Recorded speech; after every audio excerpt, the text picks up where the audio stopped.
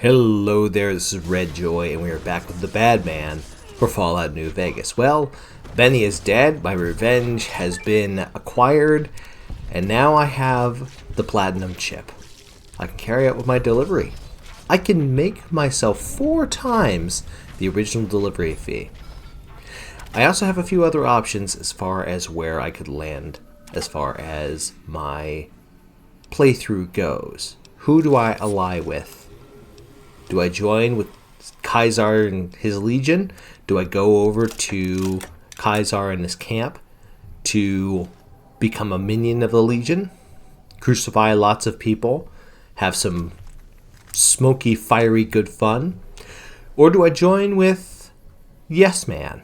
Do I join with the robot that could help me take care of Mr. House, take over the strip, and rule New Vegas as my own person? Or do I carry out my delivery? Let's look through those 3 options. In case you can't tell, I'm not doing the NCR. There are a bunch of wannabe goody two-shoes that fall on their face at even that. They can't manage anything. They're overwhelmed with bureaucracy. And while a bad man can certainly do a great deal of fun through bad bureaucracy, I think it'd be far better for me to go through one of the other routes. Let me first talk about Yes Man. Yes Man is a very interesting proposition, and the want-to-be ruler tyrant in me would love to take over as Yes Man. However, Red Joy knows the deep dark secret. Yes Man, at the end of the playthrough, has to go on hiatus for a bit. He has to shut down to reconfigure his programming to perhaps become a little more assertive. Him becoming assertive means that Yes Man becomes the master, not the bad man. And that's unacceptable. It's one thing to have a boss and to be paid by your boss. It's a whole other thing to have a boss that you can't control, that gives you nothing, and takes over every aspect of your life. So, Yes Man is completely unacceptable. Let's talk about Kaisar's Legion. Kaisar's Legion is an interesting proposition. I mean, it's got all the blood and violence that the bad man wants, right? Nipton was a beautiful display of that. And there's certainly all sorts of carnage strewn across the wasteland that the bad man would love to participate in. Unfortunately, though, there's just not that much fun in joining Kaisar's Legion. There's no alcohol. There's no gambling of any sorts. There's no... I would be hard-pressed to think that there would be even any sunset sarsaparilla. And oh, goodness. We can't succeed in our livelihood without sunset sarsaparilla. Mix in a little bit of vodka in there. Chef's kiss. So, while Kaisar's Legion is very tempting, it's just not what the bad man really wants. You see, the bad man is not stupid. He understands that the winning play is probably joining with Mr. House. Mr. House provides him a salary. He gives him direction as to what he needs to do. Mr. House will give good payment. He's already given a nice home base for the bad man to live in. And the bad man just has to follow the directions as to what Mr. House wants. And I think that is more than a fair deal for what the bad man really wants.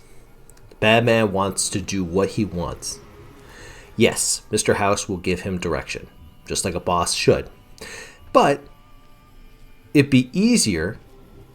He's a much easier taskmaster than a computer that is ever watching and ever has eyes and ears everywhere through a computer program that can choose at any point to turn off the spigot and turn against him. Mr. House could, I guess, do the same thing, but it's far less practical for him to do so rather than have a human agent that actually carries out what needs to get done. And Caesar's Legion, Caesar has so many other human agents, the Frumentari, that what would be so special about the bad man? No. It's far better to be invaluable than to be, well, expendable. And that's why the bad man is going to choose Mr. House. So let's make our way up and say hello to Where to, partner? Mr. House.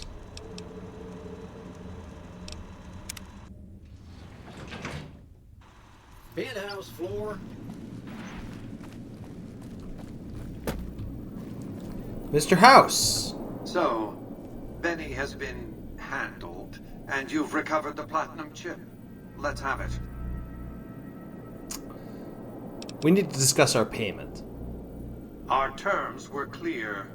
Now that you have the chip in your possession, any attempt to renegotiate payment would be tantamount to blackmail.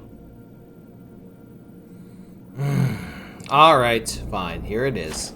Such a small thing, isn't it? And yet so capacious. So very dear. Decades of hiring salvagers out west to search for this little relic in the ruins of a place called Sunnyvale. Back then, anyway.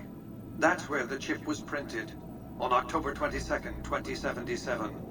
It was to have been hand-delivered to me here at the Lucky 38 the next day. But the bombs fell first. Suffice it to say, the delivery was never made. What does the chip do exactly?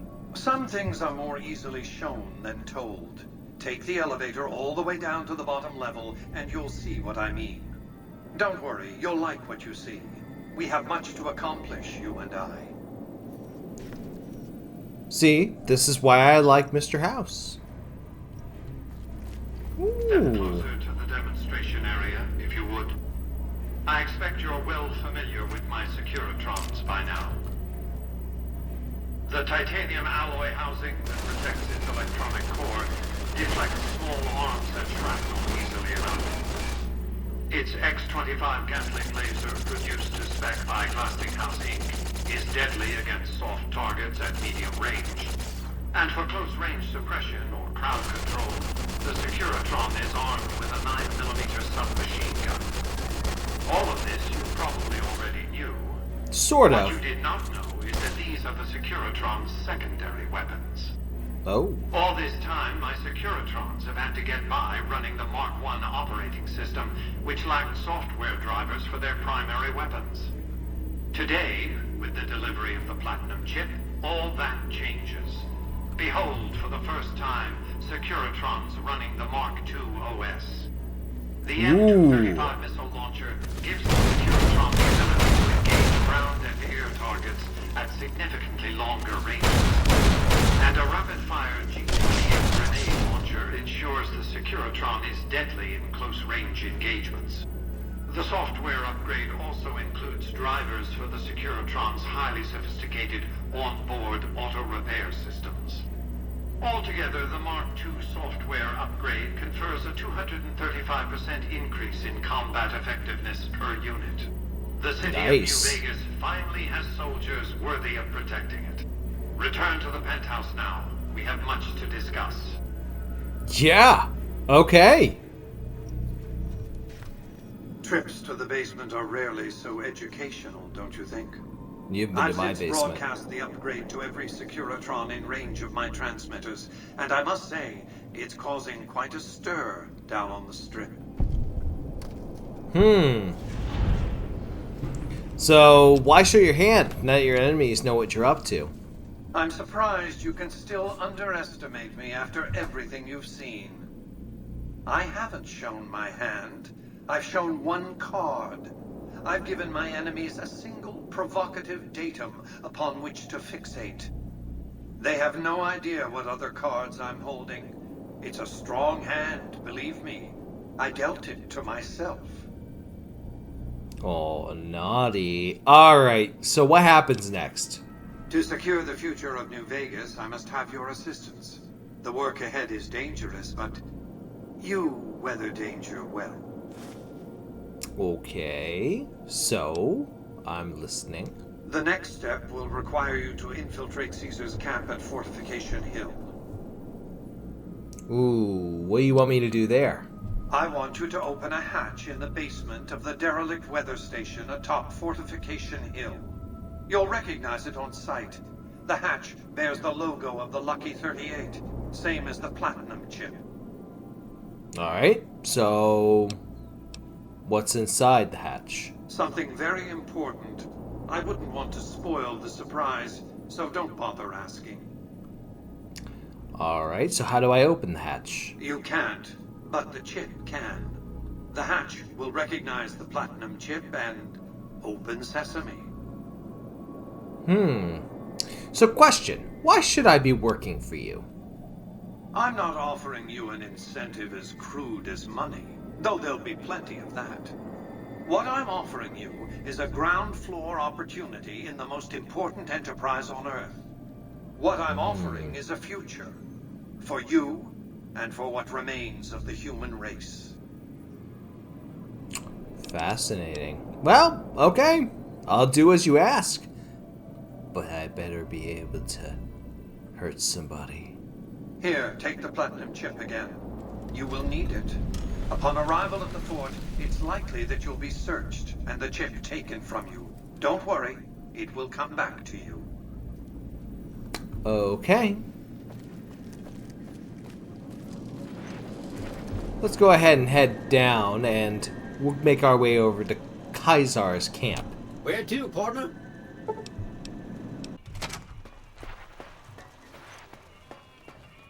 Excuse me, but are you the courier who caused all of that trouble in the tops? Why, I might have been. Oh, great. The followers of the apocalypse, well, some of us anyway, have been interested in Mr. House's technology, how he stays alive. Of course, no one else is allowed inside the Lucky 38, so no one knows what's going on. Well, except for you. So, where do I come in? Right. We just want to find out what sort of technology Mr. House has used to stay alive for all these years. It could be of great benefit to the people we try to help, many of whom suffer from hard-to-diagnose illnesses. Yeah, okay, I'm gonna be Really? right on that. Oh, I wasn't expecting you to agree so easily. That's great. Here, take this packet sniffer. It'll allow us to intercept data on Mr. House's network. You might have to manually remove the encryption from his data network, but hopefully you won't have too much trouble. Good luck. Yeah, I'll be right on that. I mean, let's also face facts. If I can live forever, oh boy, that would be fun. Alright, once again, over to Kaisar's camp. So, we approach Cottonwood Cove, and no doubt we'll chat with these individuals. Halt! What business have you in Cottonwood Cove, outsider? I was invited. You wear the mark of Caesar. You must be who Cursor Lucullus is waiting for. You may continue, but be warned. Mark or no, we will not tolerate aggressive action by visitors in the camp. Damn it! I mean, fine. Ooh, what have you here? Oh, slaves. Oh, True to Caesar. very cool. Note that's the bad man's ethics, not my ethics. Red Joy does not approve. The bad man, however, well, screw those morons. Hello. Awe, are you ready to head upriver? I am ready to travel with The you. trip will take a few hours. Take your place on the boat. By order of Caesar, all visitors must disarm and relinquish all banned items. This order also extends to the platinum chip you carry. For now. Okay, I agree to disarm. Your belongings will be returned to you when you leave. Good evening. Okay. So, Kaisar's camp looks lovely. Ah, the slaves carrying up packages that are way too big for them. It's very fitting. Ah, howdy, partner. So you're the visitor I've heard some of the legionaries talking about. If you're in the mood to trade, just say the word. Show me what you got for sale. Have a look. Thanks. So, have you gotten to meet Kaisar? I haven't had the pleasure. I have crossed paths with Legate Lanius, his second in command, however. It was unpleasant. Clearly, you haven't met me, so tell me about the Legate. He's the best the Legion has to offer, or so the Legionaries say. Brute of a man, wears a fancy metal mask in a battle. He killed one of my pack Brahmins simply because it was in his way. I knew better than to complain about it, though. You're a coward, but you're a smart coward. Anyway. Be seeing you around. Time to go up. Alright, coming in. You must enter Kaisar's tent alone. Anyone else must remain outside. Fine.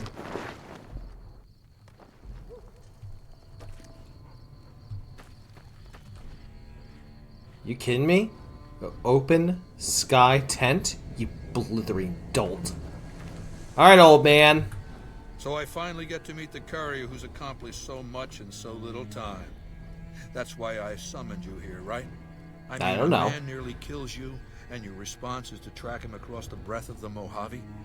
You arrive on the strip and waltz into the Lucky 38 like someone left you a key under the doormat? You assassinate the head of the chairman in his own casino and get away with it? Yeah. If something happens to Mr. House's robot, some kind of military upgrade, when you set your mind to something, you get results. I like that. The question is, are you ready to get started? What are you looking to start? The time is fast approaching when my Legion will assault the Great Dam and invade the West. Before that happens, I want Mr. House knocked out of the game. A quick 1-2 punch, with you doing the punching. How do you know so much about me? I have eyes and ears everywhere. It behooves me not to invade the West blind and deaf. It hasn't been hard to track your progress. It's not as though you've been keeping a low profile. So what are you saying I'll need to do? Down the hill, at the west edge of camp, is an old building. It was here when the fort was taken in 2277. Inside the building is a hatch. And inside that hatch are 2 steel doors that bear the sigil of the Lucky 38 casino. Now that same sigil is on the platinum chip you were carrying. Isn't that interesting? Even more interesting, there's a slot about the same size as the chip on the console that opens the hatch. So you know what I think? I think the platinum chip opens those doors. Doors that can't be pried open, or drilled open, or blasted open. Because all that, I tried. Alright, so once I'm inside... I want you to destroy whatever you find in there. And then I want you to come back here and tell me about it. So go to the building and take this fucking platinum chip with you. My legionaries will meet you there, with your weapons and equipment. Goodbye. Not even an explanation. You're a prick. I can't wait to destroy your champion. I can't wait to let you live so I could see your pathetic little army crumble at the power of my approach. This could be fun.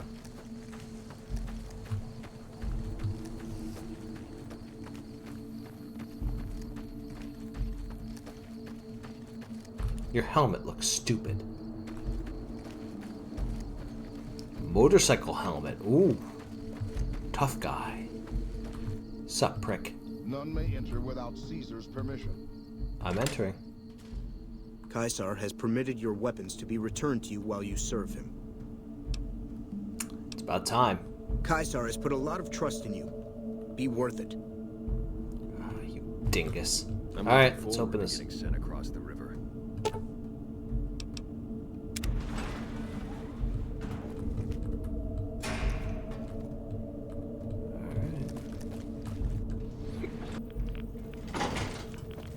Radiation? Damn it. Alright, House, swim in. I see you reached your destination safely. Shall we get to work? Alright, so what is this place? It's a facility I built many years before you were born. You might think of it as a barracks. You'll understand soon enough. So why'd you send me here? As you know, the Platinum chip upgrades my Securitron's operating software. Well, there's an army of them here. The Securitrons policing this strip are a fraction of the total number manufactured. The rest I stored here. I need you to manually upload the data from the chip to the facility's primary computer. There's a terminal at the other end of this facility. There's a complication. While I can broadcast to this screen, I can't control any of the facility's systems. That means I can't deactivate its security bots, most of which appear to be active according to the status board I'm looking at. So I'm gonna upload the data. That's what you need? Good. I won't hold you up any longer. Your cooperation is requested.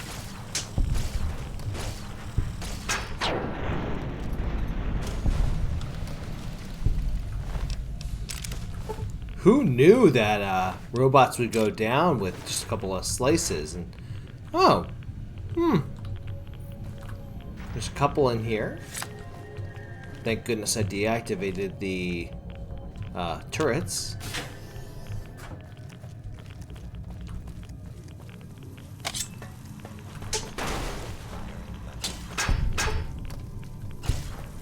Ow! Fire law-abiding citizens, please do not carry along. Law and order.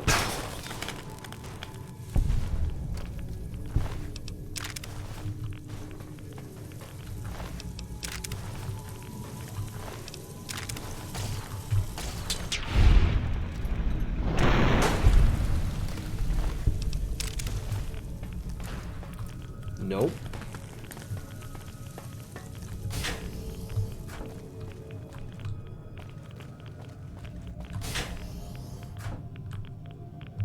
Systems room. Here we go. Hello, soldier.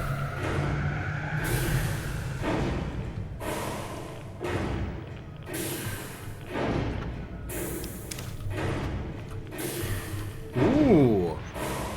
Hello, boys. Ah.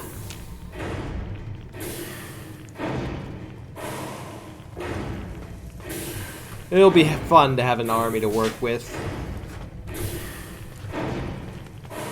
So we make our way back up to Kaisar's stupid tent.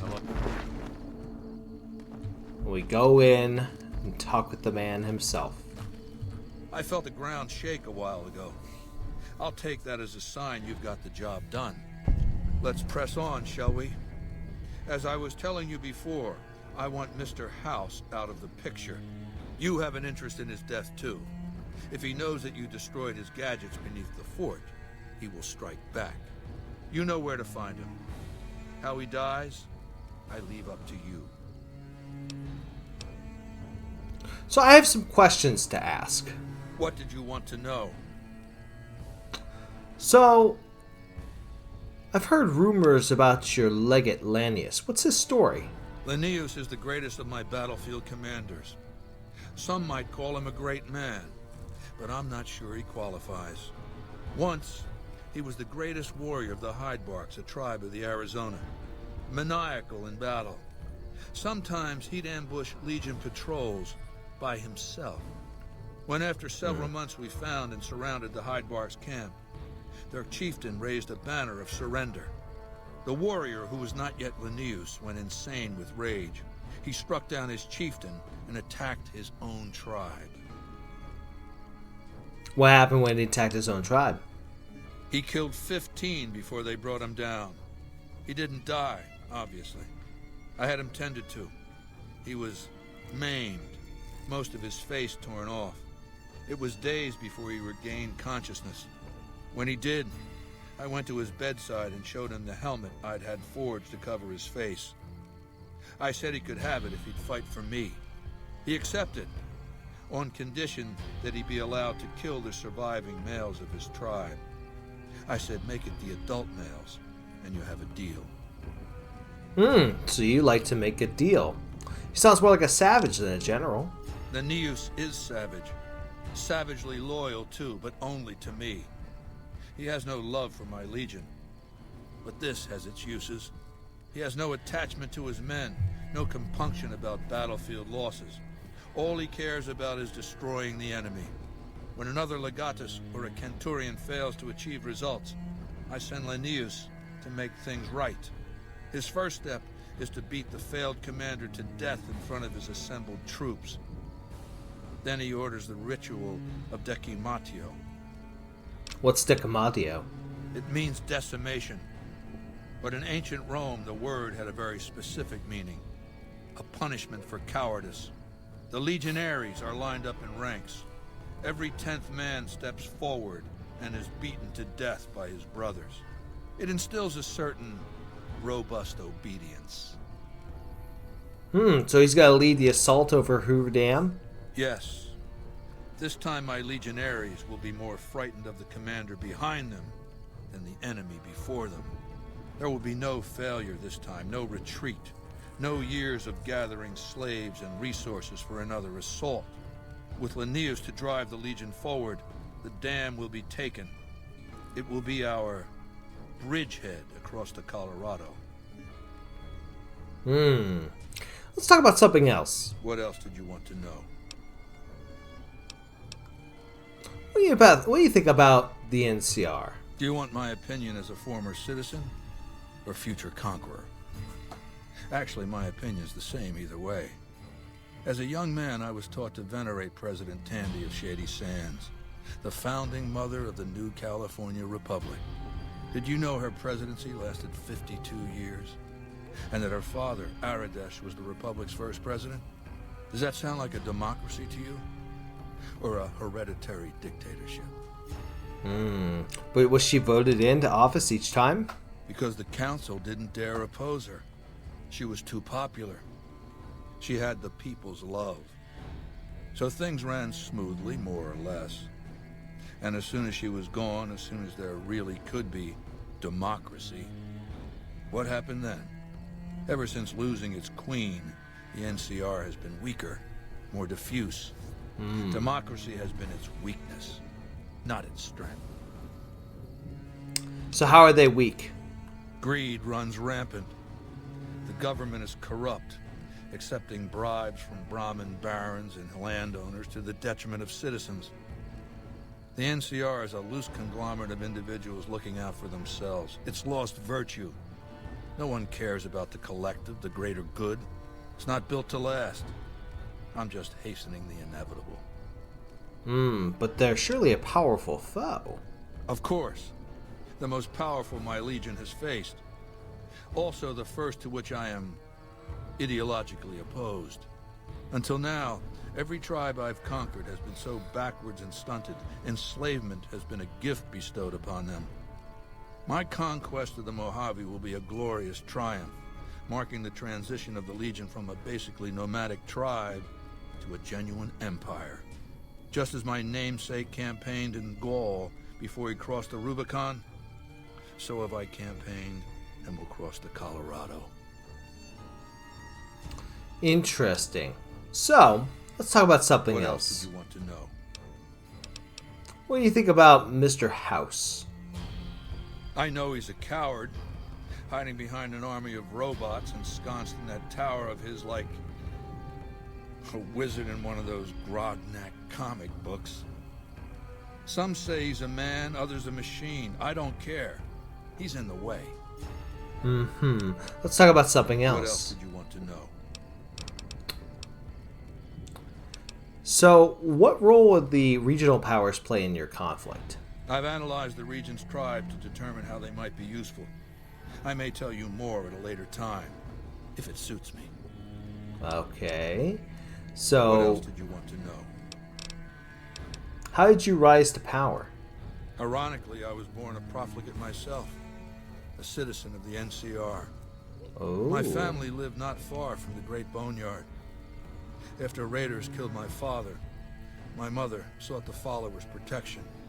I was 2 years old. She found work at their library, cooking and cleaning.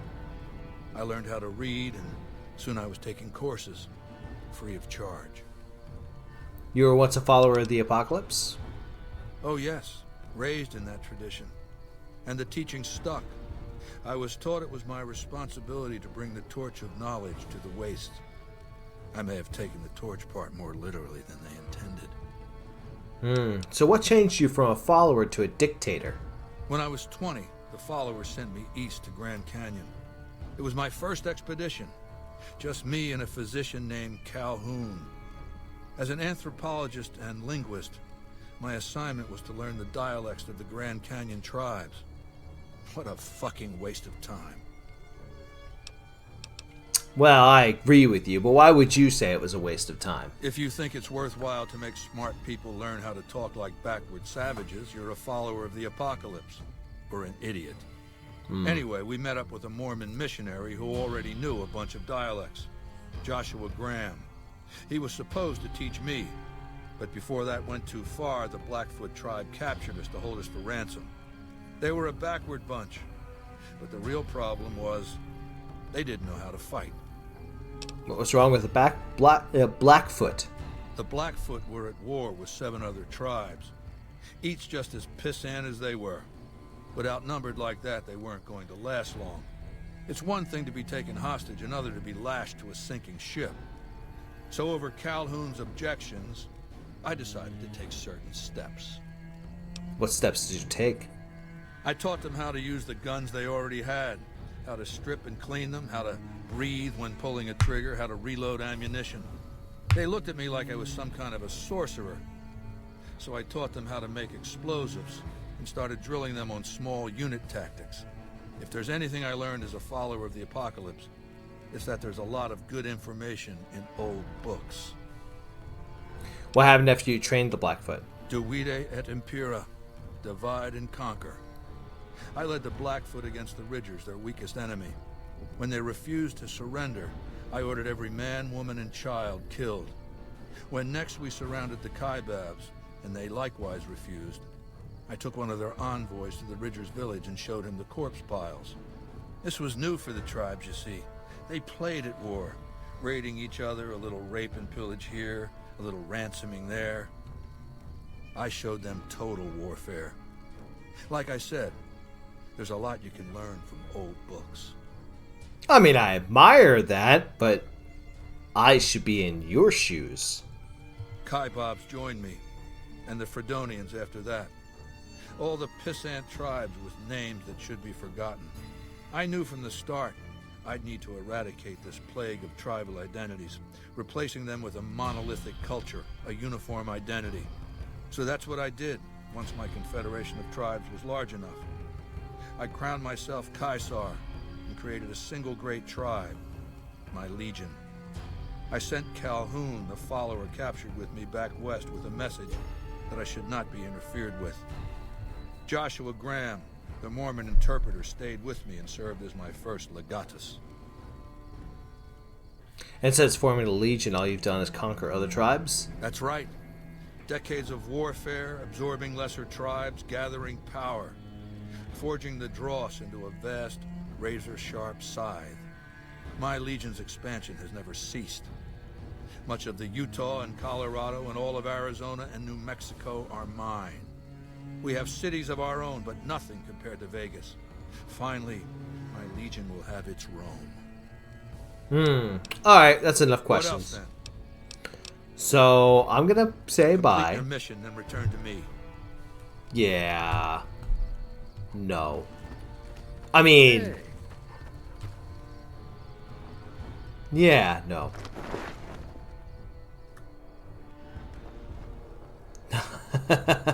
Kill Mr. House? Man, you must think I'm stupid or something. Anyway, let's go back. Awe, are you ready to return to Cottonwood Cove? I am. Very well. Thank you.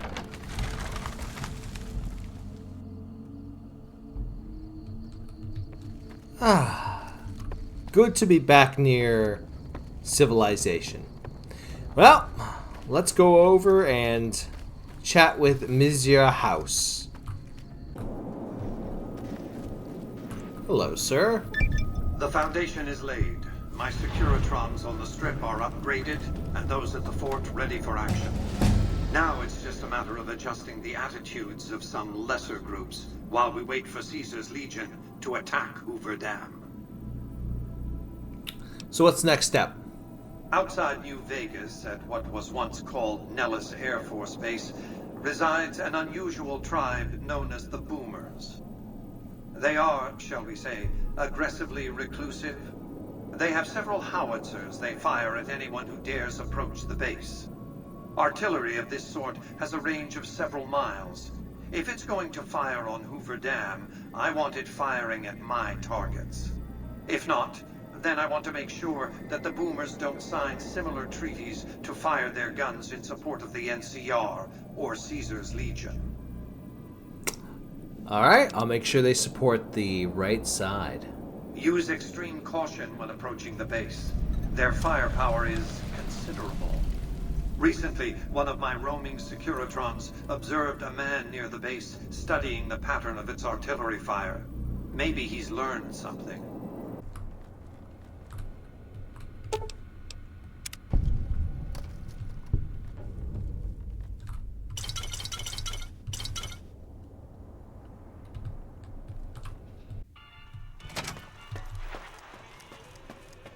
Hey, have you been able to bug Mr. House's network yet? Yeah, I bugged the tower for you. It looks like we've started getting reports from the tower's network. I'm sure the others will be able to make some sense of this. Oh, what the hell? The bug went offline. Damn it! I swear to God that old man has thought of everything. Well, it looks like this was all for nothing. But you did your best. I appreciate the help. Yeah, wop wop. Anyway, let's go chat with the folks at, well, the Air Force Base. Yes, this one. The Air Force Base. So this video is getting a little long, so I'm going to cut it off here. And until next time, take care and good luck. We're all counting on you.